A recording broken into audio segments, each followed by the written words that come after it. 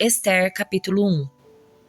Estes acontecimentos ocorreram nos dias do rei Xerxes, que reinou sobre 127 províncias, desde a Índia até a Etiópia.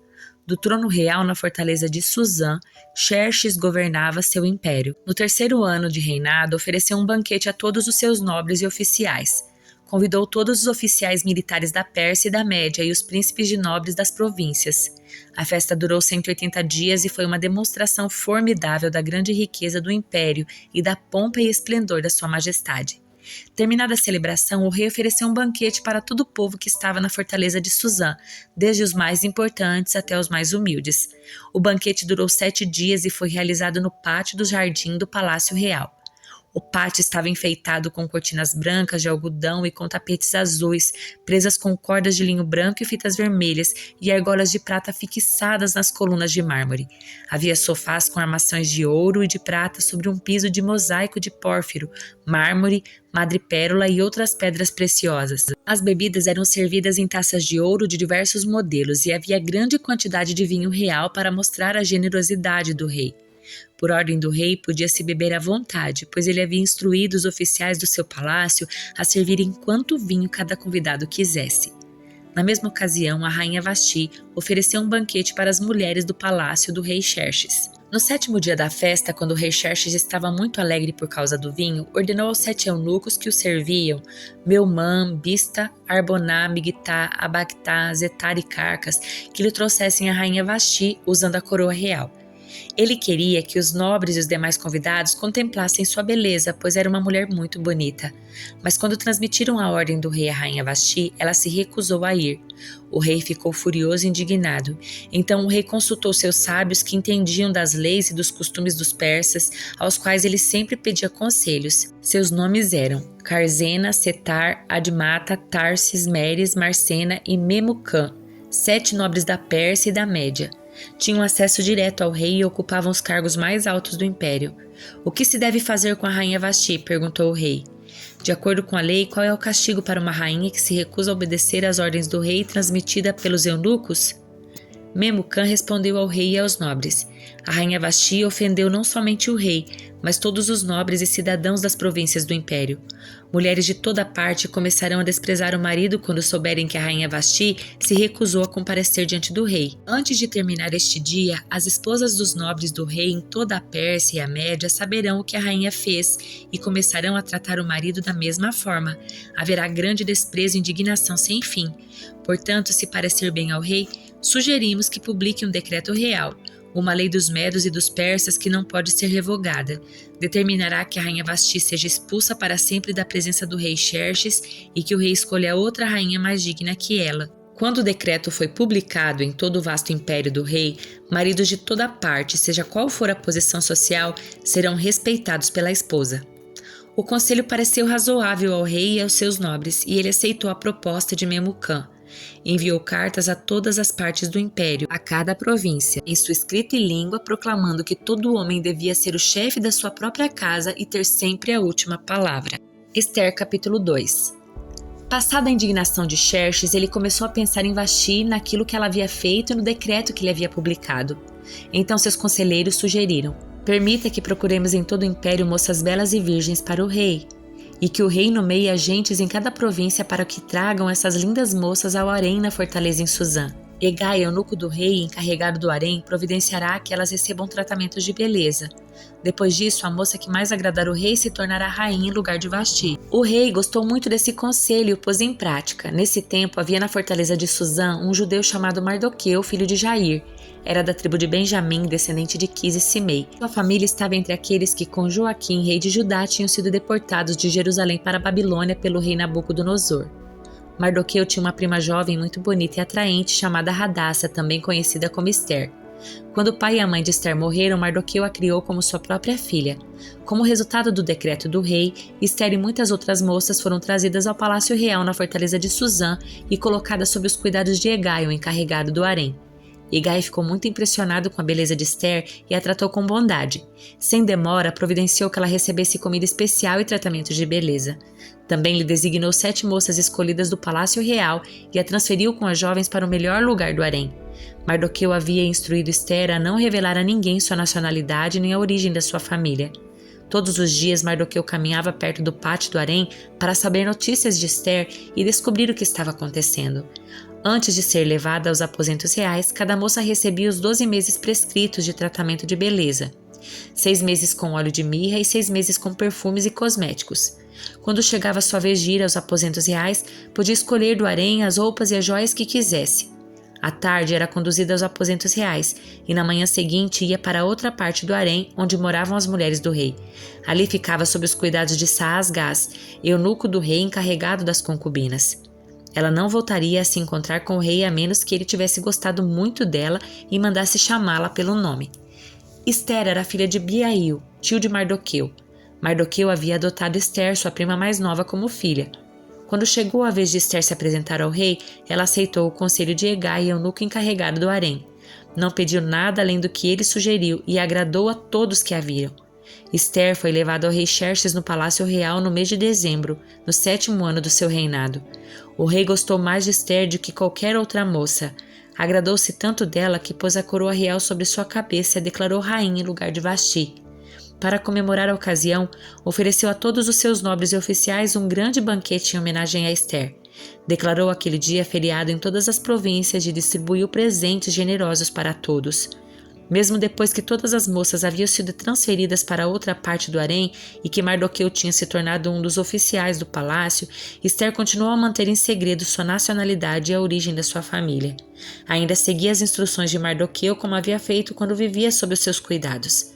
Certo dia, quando Mardoqueu estava de serviço junto à porta do palácio real, 2 eunucos do rei, Bigtana e Teres, guardas da porta dos aposentos do rei, se indignaram contra Xerxes e conspiraram para matá-lo. Mardoqueu, porém, soube do plano e transmitiu a informação à rainha Ester, que contou ao rei em nome de Mardoqueu. Quando o caso foi investigado e descobriu-se que o relato de Mardoqueu era verdadeiro, os 2 homens foram enforcados. Tudo isso está registrado no livro da história do reinado do rei Xerxes. Salmo de número 109. Ó Deus, a quem eu louvo, não permaneças calado enquanto os perversos me caluniam e falam mentiras ao meu respeito. Eles me cercam de palavras odiosas e me atacam sem motivo. Retribuem meu amor com acusações, mesmo enquanto oro por eles. Pagam-me o bem com o mal e o amor com o ódio. Que um perverso testemunhe contra ele e um acusador o leve a julgamento. Quando julgarem sua causa, que o declarem culpado, considerem pecado suas orações. Que sua vida seja curta e outro ocupe o seu lugar. Que seus filhos se tornem órfãos e sua esposa viúva. Que seus filhos andem sem rumo como mendigos e sejam expulsos das suas casas em ruínas. Que os credores tomem todos os seus bens e estranhos levem o fruto do seu trabalho. Que ninguém o trate com bondade nem tenha compaixão dos seus órfãos. Que todos os seus descendentes morram, que o nome da sua família seja apagado na geração seguinte. Que o Senhor nunca se esqueça dos pecados dos seus antepassados. Que os pecados de sua mãe jamais sejam apagados. Que o Senhor se lembre sempre da sua culpa e que o seu nome seja de todo esquecido, pois não quis ser bondoso com os outros, foi no encalço dos pobres e necessitados e perseguiu até a morte os de coração quebrantado. Gostava de amaldiçoar agora e ele próprio seja amaldiçoado. Não tinha prazer em abençoar, agora que ele não seja abençoado. Para ele amaldiçoar é como roupa que ele veste, como a água que bebe, como alimentos saborosos que come. Agora que suas maldições voltem para ele. Apeguem-se a seu corpo como roupas, amarre-se em torno dele como um cinto. Que essas maldições se tornem castigo do Senhor para os seus acusadores, para os que falam mal de mim. Quanto a mim, ó Senhor soberano, trata-me bem, por causa do teu nome. Livra-me porque és fiel e bom, pois sou pobre e necessitado, e meu coração está ferido. Vou desaparecendo como a sombra ao entardecer, sou lançado para longe como um gafanhoto. De tanto jejuar, meus joelhos estão fracos, não passo de pele e osso. Sou motivo de zombaria em todo lugar quando me veem, balançam a cabeça em desprezo. Ajuda-me, Senhor meu Deus, salva-me por causa do teu amor. Que eles reconheçam que isso veio de ti, que tu mesmo fizeste isso, Senhor. Que importa se me amaldiçoarem? Tu me abençoas. Quando me atacarem, serão envergonhados. Mas eu, teu servo, continuarei a me alegrar. Que meus acusadores sejam vestidos de humilhação e que a vergonha os cubra como um manto. Eu, porém, sempre darei graças ao Senhor. Louvarei seu nome diante de todos, pois ele está junto aos necessitados, pronto para salvá-los dos que os condenam. Hebreus capítulo 12. Portanto, uma vez que estamos rodeados de tão grande multidão de testemunhas, livremos-nos de todo o peso que nos torna vagarosos e do pecado que nos atrapalha e corremos com perseverança a corrida que foi posta diante de nós. Mantenhamos o olhar firme em Jesus, o líder e aperfeiçoador da nossa fé. Por causa da alegria que o esperava, ele suportou a cruz sem se importar com a vergonha. Agora ele está sentado no lugar de honra à direita do trono de Deus. Pensem em toda a hostilidade que ele suportou dos pecadores. Desse modo, vocês não ficarão cansados nem desanimados, afinal, ainda não chegaram a arriscar a vida na luta contra o pecado. Acaso vocês se esqueceram das palavras de ânimo que Deus lhes dirigiu como filhos dele? Ele disse: "Meu filho, não despreze a disciplina do Senhor, não desanime quando ele o corrigir. Pois o Senhor disciplina quem ele ama e castiga todo aquele que aceita como filho. Enquanto suportam a disciplina de Deus, lembre-se de que ele os trata como filhos. Quem já ouviu falar de um filho que nunca foi disciplinado pelo pai? Se Deus não os disciplina como faz com todos os seus filhos, significa que vocês não são filhos de verdade, mas ilegítimos.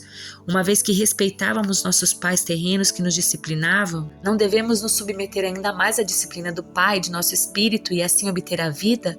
Pois nossos pais nos disciplinaram por alguns anos como julgaram melhor, mas a disciplina de Deus é sempre para o nosso bem, a fim de que participemos de sua santidade. Nenhuma disciplina é agradável no momento em que é aplicada, ao contrário, é dolorosa. Mais tarde, porém, produz uma colheita de vida justa e de paz para os que assim são corrigidos. Portanto, revigorem suas mãos cansadas e seus joelhos enfraquecidos. Façam caminhos retos para os seus pés, a fim de que os mancos não caiam, mas sejam fortalecidos. Esforcem-se para viver em paz com todos e procurem ter uma vida santa, sem a qual ninguém verá o Senhor. Cuidem uns dos outros para que nenhum de vocês deixe de experimentar a graça de Deus. Fiquem atentos para que não brote nenhuma raiz venenosa de amargura que cause perturbação, contaminando muitos. Vigiem para que ninguém seja imoral ou profano como Esaú, que trocou seus direitos como filho mais velho por uma simples refeição. Como vocês sabem, mais tarde, quando ele quis a bênção do pai, foi rejeitado. Era tarde para que houvesse arrependimento, embora ele tivesse implorado com lágrimas. Vocês não chegaram a um monte que se pode tocar, a um lugar de fogo ardente, escuridão, trevas e vendaval, ao toque da trombeta e a voz tão terrível que aqueles que a ouviram suplicaram que nada mais lhe fosse dito, pois não podiam suportar a ordem que recebiam. Se até mesmo um animal tocar no monte, deve ser apedrejado. O próprio Moisés ficou tão assustado com o que viu, a ponto de dizer: "Fiquei apavorado e tremendo de medo." Vocês, porém, chegaram ao Monte Sião, à cidade do Deus vivo, a Jerusalém celestial, aos incontáveis milhares de anjos em alegre reunião, à congregação dos filhos mais velhos, cujos nomes estão escritos no céu, e a Deus, que é juiz de todos, aos espíritos dos justos no céu, agora aperfeiçoados, a Jesus, o mediador da nova aliança, e ao sangue aspergido, que fala de coisas melhores do que falava o sangue de Abel. Tenham cuidado para não se recusarem a ouvir aquele que fala, porque se aqueles que se recusaram a ouvir o mensageiro terreno não escaparam, certamente não escaparemos se rejeitarmos aquele que nos fala do céu. Quando Deus falou naquela ocasião, sua voz fez a terra tremer, mas agora ele promete: mais uma vez farei a terra tremer, não só a terra, mas também os céus. Isso significa que toda a criação será abalada e removida, de modo que permaneçam apenas as coisas inabaláveis. Uma vez que receberemos um reino inabalável, sejamos gratos e agradeçamos a Deus, adorando-o com reverência e santo temor, porque nosso Deus é um fogo consumidor.